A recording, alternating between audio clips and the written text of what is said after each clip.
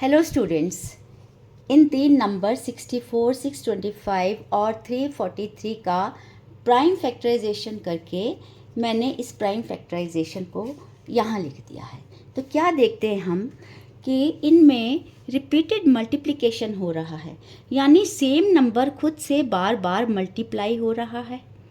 तो इस तरह की जो रिपीटेड मल्टीप्लिकेशन होती है उसको लिखने की हमारे पास मैथ्स में एक ट्रिक है जिसका नाम है एक्सपोनेंट।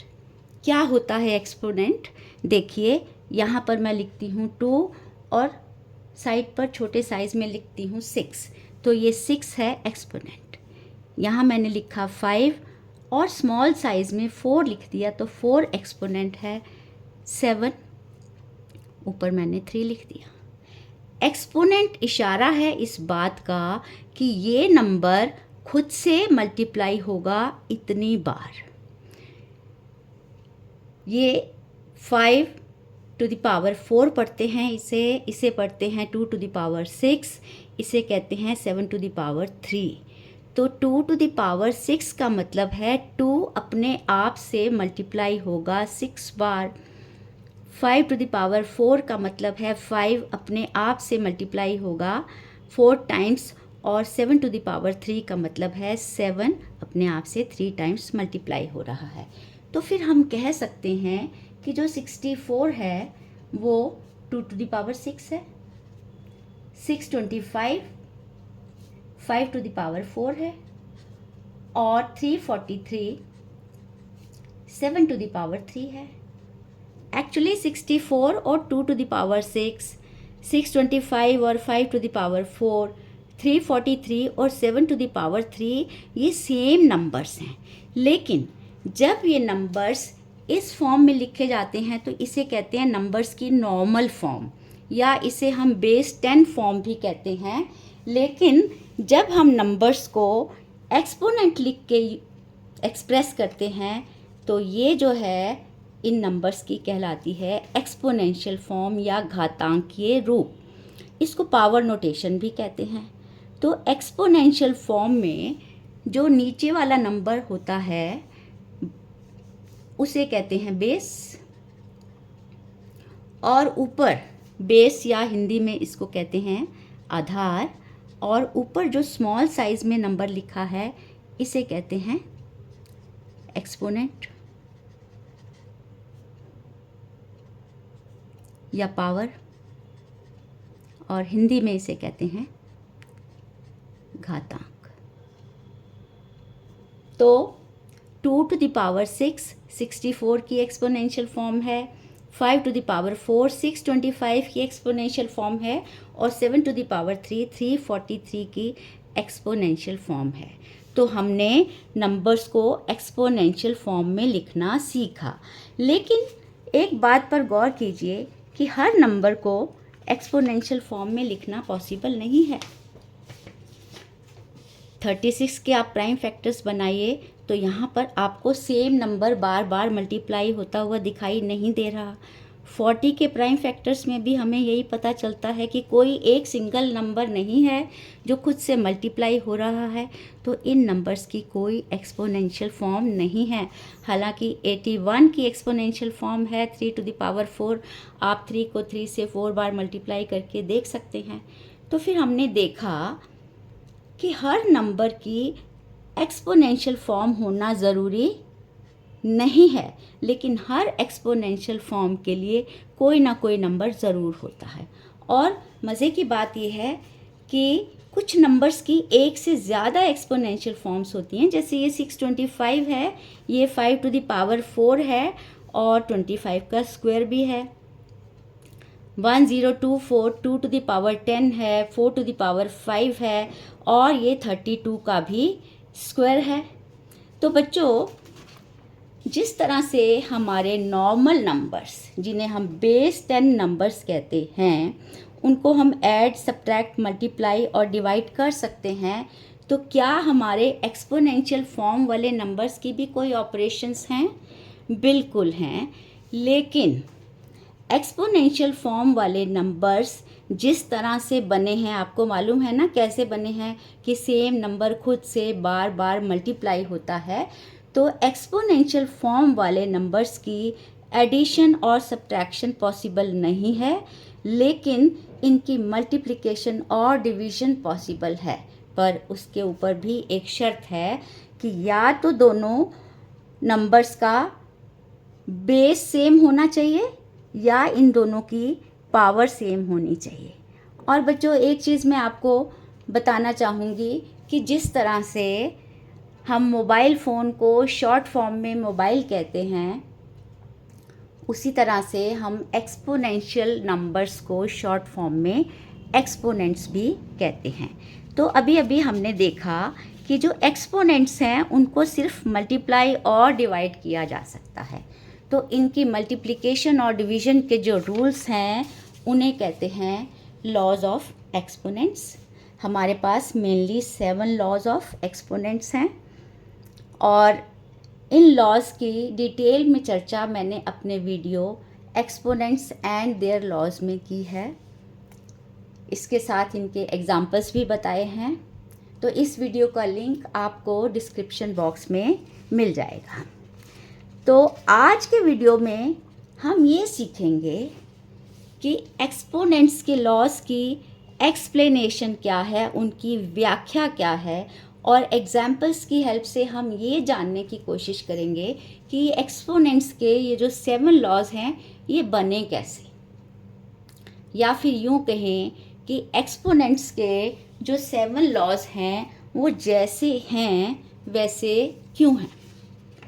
तो एक्सपोनेंट्स का जो फर्स्ट लॉ है वो ये कहता है कि सेम बेस वाले दो एक्सपोनेंट्स जब मल्टीप्लाई होते हैं तो उनकी पावर ऐड हो जाती है। तो इसको सॉल्व करने के लिए मैंने सेम बेस वाले दो एक्सपोनेंट्स ले लिए हैं। चलिए मैं अब इसको सिंप्लीफाई करती हूँ। तो हम देखते हैं 3 टू द पावर 3 का मतलब आपको मालूम है 3 इंटू 3 इंटू 3 टाइम्स, और 3 टू द पावर 4 का मतलब है 3 इंटू 3 इंटू 3 इंटू 3 कितनी बार, 4 टाइम्स। अब अगर इस सारे एक्सप्रेशन को हमने सिंप्लीफाई करके एक्सपोनेंशियल फॉर्म में लिखना है तो फिर बेस तो होगा 3 जो नंबर बार बार मल्टीप्लाई हो रहा है, और ये नंबर कितनी बार मल्टीप्लाई हुआ, 3 टाइम्स प्लस 4 टाइम्स। तो इसलिए इसकी पावर होगी 3 प्लस 4, यानी कि इसका रिज़ल्ट आएगा 3 टू द पावर 7। आपको समझ में आया कि जब सेम बेस वाले एक्सपोनेंट्स मल्टीप्लाई होंगे तो पावर क्यों ऐड हो जाती है। अब इसी लॉ की वजह से अगर मुझे इसको सिंप्लीफाई करना है तो मैं इसको एक्सपेंड करके 3 को 30 टाइम्स मल्टीप्लिकेशन में नहीं लिखने वाली, ना ही मैं 3 टू द पावर 40 को 3 इंटू 3 इंटू 3 40 टाइम्स लिखूँगी। मैं क्या करूँगी, मैं सीधे लिख दूँगी 3, बेस तो 3 रहेगा और जो पावर होगी वो होगी 30 टाइम्स प्लस 40 टाइम्स, और इसका रिज़ल्ट आ जाएगा 3 टू द पावर 70। एक्सपोनेंट्स का सेकेंड लॉ कहता है कि जब सेम बेस वाले एक्सपोनेंट्स डिवाइड होंगे तो रिज़ल्ट में बेस तो वही रहेगा, लेकिन न्यूमरेटर की पावर में से डिनोमिनेटर की पावर सब्ट्रैक्ट हो जाएगी। तो ये लॉ ऐसा क्यों है, इसको समझने के लिए भी हमने क्या किया है, सेम बेस वाले दो एक्सपोनेंट लिए हैं और उन्हें हम डिवाइड करके देखते हैं। तो 7 to the power 5, 7 into 7 into 7 कितनी बार लिखेंगे, 5 टाइम्स लिखेंगे, 1 2 3 4 और 5। इसको डिवाइड करेंगे 7 टू द पावर 3 से, इसे खोल कर लिखेंगे तो आ जाएगा 7 इंटू 7 इंटू 7 3 टाइम्स। अब डिनोमिनेटर के 3 टाइम्स न्यूमरेटर के 3 7s को कैंसिल कर देंगे, तो हमारे पास न्यूमरेटर में कितने 7 बचे, 2 बचे। क्यों 2 बचे, क्योंकि इन 5 में से ये 3 जो हैं वो कम हो गए, तो इसीलिए इसकी पावर होगी 5 to the power 7 to the power 5 minus 3, यानी कि 7 टू द पावर 2। तो आपको आइडिया हुआ कि जब डिवाइड होते हैं एक्सपोनेंट्स तो न्यूमरेटर की पावर में से डिनोमिनेटर की पावर क्यों सब्ट्रैक्ट होती है? क्योंकि जो डिनोमिनेटर के फैक्टर्स हैं वो न्यूमरेटर के फैक्टर्स को कैंसिल कर देते हैं और न्यूमरेटर के फैक्टर्स का नंबर कम हो जाता है। अब इस एग्जांपल में देखिए, अब अगर इसको मुझे सॉल्व करना है, यहाँ तो बहुत बड़ी बड़ी पावर्स दी गई हैं, लेकिन घबराने की बात नहीं। अब हम समझ गए हैं कि रिज़ल्ट में 7 की पावर होगी 500 में से कितने फैक्टर्स कम हो जाएंगे? 300 कम हो जाएंगे और रिज़ल्ट आएगा 7 टू द पावर 200। तो इस तरह से हमने देखा कि एक्सपोनेंट के फर्स्ट 2 लॉज जो हैं वो बने कैसे, या वो जैसे हैं उसके पीछे कारण क्या है। एक्सपोनेंट्स का जो थर्ड लॉ है इसे कहते हैं पावर ऑफ पावर लॉ। इसमें एक ही बेस है और 2 पावर्स हैं, एक पावर ब्रैकेट के अंदर और दूसरी पावर ब्रैकेट के बाहर, और ये लॉ कहता है कि ये दोनों पावर्स मल्टीप्लाई हो जाएंगी। तो हम सॉल्व करके देखते हैं कि इनके मल्टीप्लाई होने का रीज़न क्या है। तो यहाँ पर आप देख रहे हैं जो ब्रैकेट के अंदर है वो बेस है और ये बाहर जो 3 है ये पावर है। तो हम बेस को मल्टीप्लाई करेंगे इसी से, कितनी बार लिखकर? 3 बार लिखकर। और क्योंकि आपने फर्स्ट लॉ में पढ़ा है कि जब बेस सेम हो और एक्सपोनेंट्स मल्टीप्लाई हों तो उनकी पावर्स ऐड हो जाती हैं, तो यहाँ पर हम 5 to the power 4 plus 4 plus 4 करेंगे। और आपको मालूम है कि 4 प्लस 4 प्लस 4 होता है 4 इंटू 3 और इसका रिज़ल्ट तो आएगा 5 टू द पावर 12। लेकिन आप समझ गए होंगे कि एक्सपोनेंट्स के इस लॉ में ये दोनों पावर्स आपस में मल्टीप्लाई क्यों होती हैं। अब अगर इसको सिंप्लीफाई करना है तो हमें कोई ज़रूरत नहीं है कि 6 टू द पावर 7 को 10 बार लिखकर मल्टीप्लाई करें और पावर्स को ऐड करें, बिल्कुल नहीं। हम इसका रिज़ल्ट डायरेक्टली लिख सकते हैं थर्ड लॉ को यूज़ करके। इसकी पावर होगी 7 इंटू 10 यानी 6 टू द पावर 70। बच्चों, चीन के एक दार्शनिक हुए हैं कन्फ्यूशियस। वो कहते हैं कि जो मैंने सुना वो मैं भूल गया, जो मैंने देखा वो मुझे याद रहा, और जो मैंने किया वो मुझे समझ आ गया। तो एग्जैक्टली यही काम इस वीडियो में आप कर रहे हैं, आप खुद करके देख रहे हैं, इसलिए ये सब आपको याद तो रहेगा ही, आपको समझ में भी आ जाएगा। एक्सपोनेंट्स का फोर्थ लॉ कहता है, देखिए फर्स्ट और सेकंड लॉ में हमने बेस सेम लिया था, तो फोर्थ और फिफ्थ लॉ में हमने पावर सेम ली है। तो फोर्थ लॉ कहता है कि अगर सेम पावर वाले 2 एक्सपोनेंट्स मल्टीप्लाई होते हैं तो पावर वही रहेगी, लेकिन इनके बेस मल्टीप्लाई हो जाएंगे। तो इसका भी हम कारण ढूंढते हैं। तो 7 टू द पावर 4 आपको मालूम है 7 इंटू 7 इंटू 7 इंटू 7, 4 टाइम्स लिखेंगे, और 3 टू द पावर 4 होगा 3 इंटू 3 इंटू 3 इंटू 3, 4 टाइम्स। अब इसको सिंप्लीफाई करने के लिए क्या हम इसकी एक्सपोनेंशियल फॉर्म्स लिख सकते हैं जिस तरह से ये लिखा हुआ है? यहाँ पर तो हमें सेम नंबर बार बार मल्टीप्लाई होता दिखाई नहीं दे रहा, तो हम क्या करेंगे? हम एक जुगाड़ करेंगे। हम इसको ऐसे करेंगे, एक 7 के साथ एक 3 मिला दिया, दूसरे 7 के साथ दूसरा 3, इस तरह से इसको लिखेंगे। तो अब इसकी एक्सपोनेंशियल फॉर्म हम लिख सकते हैं। आप देख रहे हैं ये फैक्टर, सेम फैक्टर अपने आप से मल्टीप्लाई हो रहा है 4 टाइम्स, तो इसकी एक्सपोनेंशियल फॉर्म, इसकी सिंप्लीफिकेशन हो जाएगी 7 into 3 to the power 4।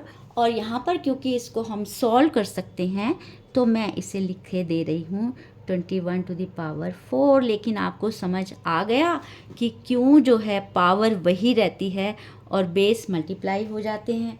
Next law कहता है जब सेम पावर वाले एक्सपोनेंट्स डिवाइड होते हैं तो रिज़ल्ट में पावर वही रहती है, लेकिन इनके बेस भी डिवाइड हो जाएंगे।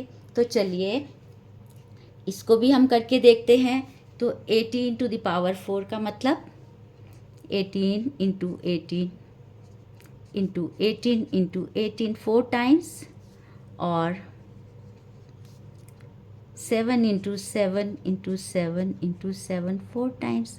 अब इसको एक्सपोनेंशियल फॉर्म में लिखने के लिए हम वही जुगाड़ करेंगे। हम इनको इस तरह से लिख सकते हैं, देखिए 18/7 मल्टीप्लाइड बाय 18/7 इंटू 18/7 इंटू 18/7। अब बन गया हमारा काम। अब सेम फैक्टर खुद से बार बार मल्टीप्लाई हो रहा है, तो इसकी एक्सपोनेंशियल फॉर्म हो जाएगी 18/7 टू द पावर 4। तो हमें समझ में आ गया कि ये जो फिफ्थ लॉ है ये जैसा है वैसा क्यों बना है। और आपको एक चीज़ और भी समझ में आई होगी कि ऐसा क्यों है कि एक्सपोनेंट्स तभी मल्टीप्लाई या डिवाइड हो सकते हैं जबकि उनकी पावर सेम हो। अगर इनकी पावर सेम नहीं हो तो हम इस तरह से इनको फैक्टर्स में नहीं एक्सप्लेन कर सकते। तो ये हो गया हमारा फोर्थ एंड फिफ्थ लॉ। जो सिक्स्थ लॉ है इसको कहते हैं ज़ीरो एक्सपोनेंट लॉ। ये लॉ थोड़ा दिमाग चकराने वाला है, क्योंकि हमने सुना है for example 7 to the power 3 होता है 7 into 7 into 7 3 times. 7 to the power 2 होगा 7 इंटू 7 2 टाइम्स। तो फिर 7 टू द पावर 0 क्या होगा भाई? 7 को मल्टीप्लाई ही नहीं करना या ज़ीरो लिखना है, क्या करना है? चलिए इसको हम एक्सप्लेन करेंगे सेकंड लॉ की हेल्प से। हमारा सेकंड लॉ कहता है कि जब एक्सपोनेंट्स डिवाइड होते हैं तो हम न्यूमरेटर की पावर में से डिनोमिनेटर की पावर सब्ट्रैक्ट कर देते हैं। तो इसके हिसाब से इसका आंसर आना चाहिए 8 टू द पावर 0। और अगर इसी को मैं दूसरे तरीके से सॉल्व करूं तो फिर 8 into 8 into 8 into 8 into 8 5 times लिखकर नीचे भी 8 into 8 into 8 into 8 into 8 5 times लिखेंगे। और आपको मालूम है कि ये सारे नीचे वाले फैक्टर्स ऊपर वाले फैक्टर्स को कैंसिल कर देंगे, तो रिज़ल्ट क्या आ जाएगा? 1। तो यहाँ पर आप क्या देख रहे हैं कि ये जो दो इक्वेशंस हैं इनकी लेफ़्ट हैंड साइड तो सेम है। तो अगर इनकी लेफ़्ट हैंड साइड सेम है तो फिर राइट हैंड साइड को भी सेम होना पड़ेगा। और फिर हम लिख सकेंगे कि 8 to the power 0 is equal to 1। और इसी तरह से बेस 8 ना होकर कोई भी नंबर हो, उसकी पावर यदि 0 होगी तो रिज़ल्ट 1 आएगा। तो हमें ये जो 6 ज़ीरो एक्सपोनेंट लॉ है उसका रीज़न समझ में आ गया। एक चीज़ की तरफ आपका ध्यान मैं आकर्षित करना चाहूँगी कि ये जो 6th लॉ है ये तब एप्लीकेबल नहीं है जब a इज़ इक्वल टू 0 है। हम बेस को 0 नहीं ले सकते, इसलिए जब भी आप ये लॉ लिखें तो यहाँ ब्रैकेट में लिख दीजिए a is not equal to 0। अब हम चलते हैं अपने लास्ट लॉ की तरफ। ये भी थोड़ा दिमाग चकराने वाला लॉ है कि हमारे पास अगर लिखा हो 7 टू द पावर -3, तो 7 टू द पावर 3 तो होता है 7 इंटू 7 इंटू 7 3 टाइम्स। तो -3 क्या हुआ? -7 इंटू -7? नहीं, इसका कुछ और आंसर है और हमें अपना आंसर दोबारा से मिलेगा एक्सपोनेंट्स के सेकंड लॉ से। तो आपने पढ़ा था सेकंड लॉ में कि जब सेम बेस वाले दो एक्सपोनेंट्स डिवाइड होते हैं तो न्यूमरेटर के एक्सपोनेंट में से, न्यूमरेटर की पावर में से डिनोमिनेटर की पावर सब्ट्रैक्ट हो जाती है। तो ये हो गया 7 टू द पावर -3। और अगर मैं इसको एक्सपैंड करके सॉल्व करूं तो फिर मैं लिखूँगी 7 इंटू 7 न्यूमरेटर में और डिनोमिनेटर में 7 into 7 into 7 into 7 into 7 5 times. तो 7 से 7 कैंसल, 7 से 7 कैंसल, न्यूमरेटर में बचा 1 और डिनोमिनेटर में क्या बचा 7 इंटू 7 इंटू 7 जो कि होता है 7 टू द पावर 3। तो वही लॉजिक जो मैंने 6th लॉ में दिया था कि ये दोनों इक्वेशंस की लेफ़्ट हैंड साइड सेम है, तो अगर इनकी लेफ़्ट हैंड साइड सेम है तो फिर इनकी राइट हैंड साइड भी सेम होनी चाहिए। तो इसीलिए 7 टू द पावर -3 होगा 1/7 टू द पावर 3। अब आपको समझ में आया कि अगर एक्सपोनेंट नेगेटिव है तो फिर पावर को पॉजिटिव बनाकर उसे डिनोमिनेटर में क्यों ले आते हैं। तो बच्चों, हमने एक्सपोनेंट्स के जो 7 लॉज हैं उन लॉज का रीज़न सीखा, लॉजिक सीखा कि वो जैसे हैं वैसे क्यों हैं। और ये एक्सपोनेंट्स मैथ्स में एक बहुत ही इम्पॉर्टेंट टॉपिक है। एक्सपोनेंट्स की बहुत सारी एप्लीकेशंस या उपयोग हैं, उनमें से कुछ मैं आपको बता रही हूँ। एक तो जो हमारे पास बहुत बड़े बड़े नंबर्स या बहुत छोटे छोटे नंबर्स होते हैं उनको एक्सपोनेंट्स की हेल्प से शॉर्ट फॉर्म में या साइंटिफिक नोटेशन में लिखा जाता है, जिसकी वजह से इनको लिखना आसान होता है, इन्हें पढ़ना आसान होता है, इनका कंपैरिजन करना आसान होता है। उसके अलावा हमारे पास एक्सपोनेंशियल इक्वेशंस होती हैं, ऐसी इक्वेशंस होती हैं जिसमें एक्सपोनेंट्स होते हैं। तो एक्सपोनेंट्स की हेल्प से हम एक्सपोनेंशियल इक्वेशंस को सॉल्व करते हैं। उसके एक और बड़ा इम्पॉर्टेंट यूज़ है हमारा मेट्रिक सिस्टम ऑफ यूनिट्स है, आपको मालूम है, जिसमें आप किलो, हेक्टो, डेका, डेसी, मिली वगैरह यूज़ करते हो। तो मीट्रिक सिस्टम ऑफ यूनिट्स में बड़े यूनिट्स और छोटे यूनिट्स को भी हम 10 के एक्सपोनेंट्स की हेल्प से नाम देते हैं। जैसे आप में से कुछ बच्चों को ज़रूर पता होगा कि 10 टू द पावर 3 को कहते हैं किलो, 10 टू द पावर 6 को कहते हैं मेगा और 10 टू द पावर -3 को कहते हैं मिली। तो ये तो थे एक्सपोनेंट्स के कुछ उपयोग। इसके अलावा इनके और से बहुत सारे उपयोग हैं। तो बच्चों, मैं उम्मीद करती हूँ कि जो कुछ एक्सपोनेंट्स के बारे में आपने सीखा, इसकी हेल्प से आपकी मैथ्स की अंडरस्टैंडिंग स्ट्रॉन्ग होगी और आपकी प्रॉब्लम्स को सॉल्व करने की जो योग्यता है वो बढ़ेगी। बच्चों, वीडियो देखने का थैंक्स। अगर आपको वीडियो यूज़फुल लगा है तो इसे ज़्यादा से ज़्यादा फ्रेंड्स के साथ शेयर कीजिए। चैनल पर यदि नए हैं तो इसे सब्सक्राइब कीजिए और इसी तरह से मेहनत करते रहिए, आगे बढ़ते रहिए। मिलेंगे मेरे अगले वीडियो में कुछ रिवाइज करने के लिए या कुछ नया सीखने के लिए। तब तक के लिए good wishes and good bye.